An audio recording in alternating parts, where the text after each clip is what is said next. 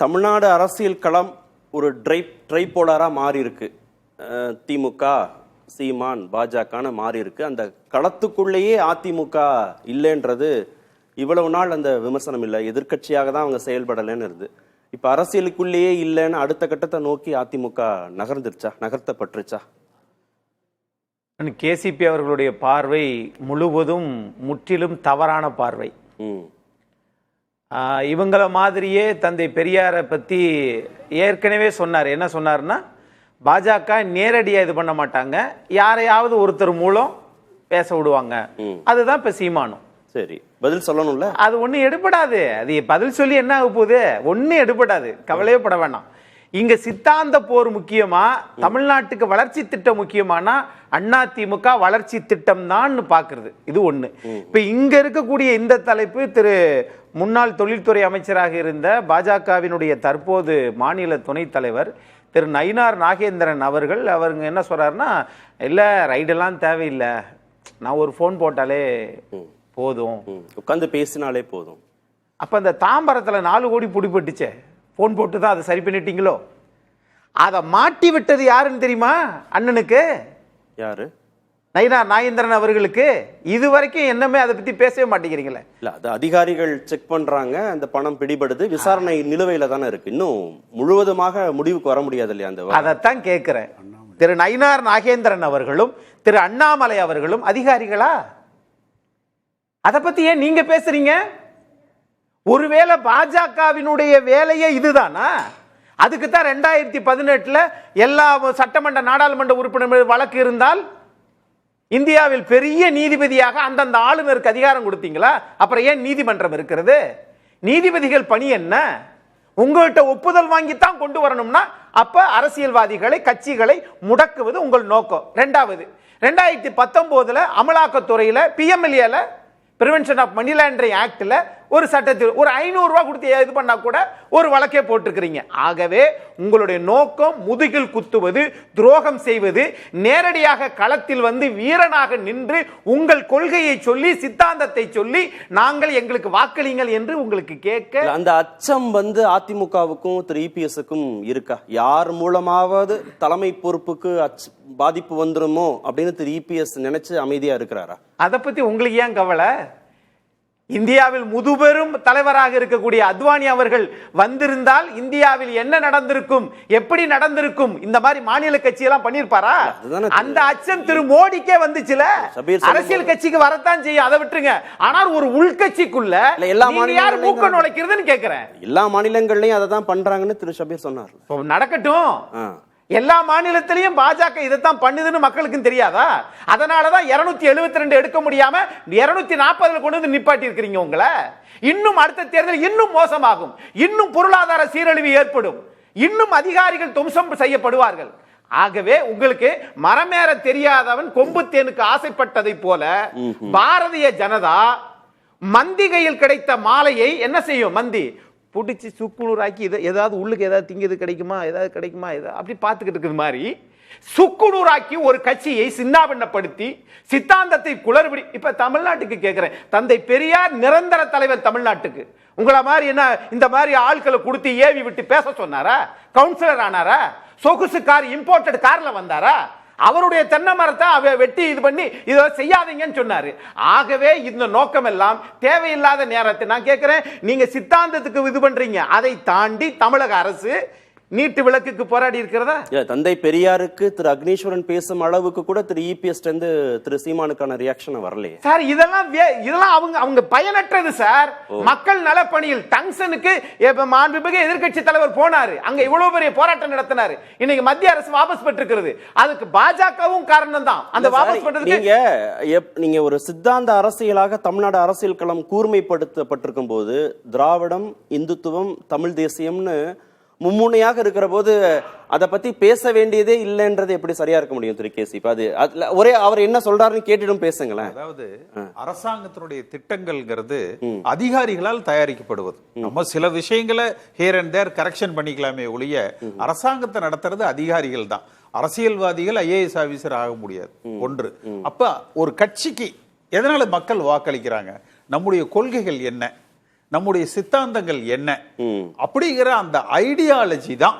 அதனாலதான் பல முறை புரட்சி தலைவர் எம்ஜிஆர் அவர்களும் திமுகவுக்கு ஒரு மாற்றான திராவிட சக்தி என்றுதான் புரட்சி தலைவர் எம்ஜிஆர் சட்டமன்றத்தில் பதிவு செய்தார்.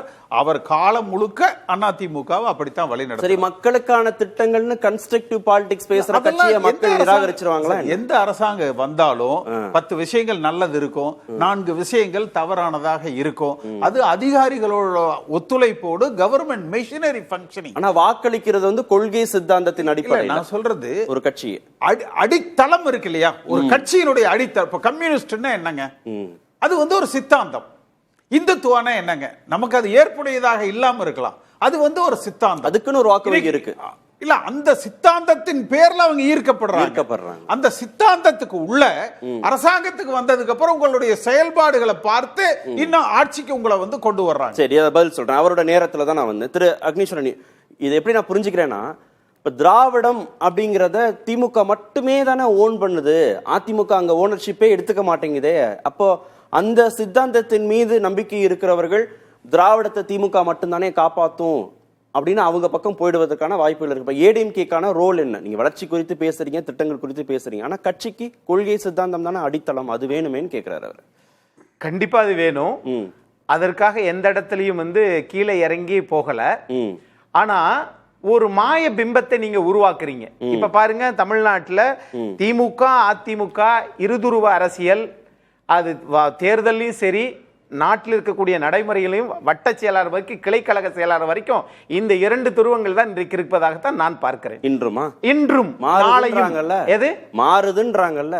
விஜய் வந்தாச்சு, இந்த பக்கம் தமிழ் தேசிய அரசியல் கூர்மைப்படுத்தப்படுது, இந்துத்துவ அரசியல் கூர்மைப்படுத்தப்படுது, உங்களோட யார் கூட்டணிக்கு வருவார்கள்ங்கிறது தீர்மானிக்கப்படாத போது இன்னுமே இந்த பைபோலார் பாலிடிக்ஸ்னே பேசிட்டு இருக்கிறது, அதுதான் யதார்த்தமா? மாறுதுன்றது எப்ப 2026 தானே தெரியும். அது வரைக்கும் நம்ம பொறுத்திருப்போமே.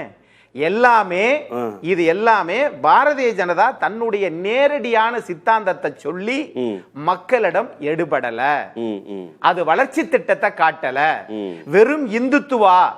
அப்ப பிற மதத்தினரை நீங்கள் நிந்திப்பதுதான் உங்கள் பணி, ஜாதி அரசியல். சரி, அதிமுகவுடைய 2ஆம் கட்ட தலைவர்களே பாஜகவுடன் கூட்டணி போலான்னு பேச தொடங்குறாங்கிற போது அதையும் கன்சிடர் பண்ண மாட்டாரா? அப்படி 2ஆம் கட்ட தலைவர்கள் எங்க பேசியிருக்கிறாங்க?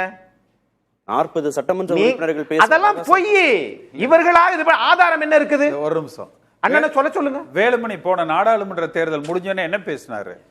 பாஜகவோட கூட்டணி வச்சிருந்தா 30-35 தொகுதி ஜெயிச்சிருக்கலாம்னாரு. ஒன்று. இப்ப 40 எம்எல்ஏன்றாரே, இப்ப எம்பின்றாரு. செகண்ட் லைன் லீடர்ஷிப்ல இருக்கிற ஆட்களுக்கு ஒரு வலுவான கூட்டணியை அமைக்க தவறிவிட்டோம். 2024 தேர்தல்ல யாருமே வரல அப்படின்னும் போது நம்ம பாஜக பாமகவோட போயிருக்கலாம், போயிருந்தா இந்த ரிசல்ட் வேற மாதிரி இருந்திருக்கும். Correct sir. ஆனா என்ன அக்னீஸ்வரன் சொல்றாருன்னா, தொகுதியில டஃப்பான ஒரு போட்டியை கொடுத்திருக்கலாம்.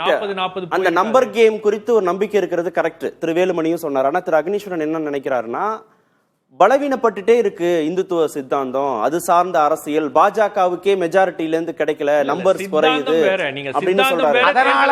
அதனாலதான் திரு சீமான் அவர்கள் இப்படி பேசவே மாட்டார், பேச சொல்லி இருக்கிறாங்க. விஜய் அவர்களும் அப்படித்தானோ என்று மக்கள் நினைக்கிறாங்க.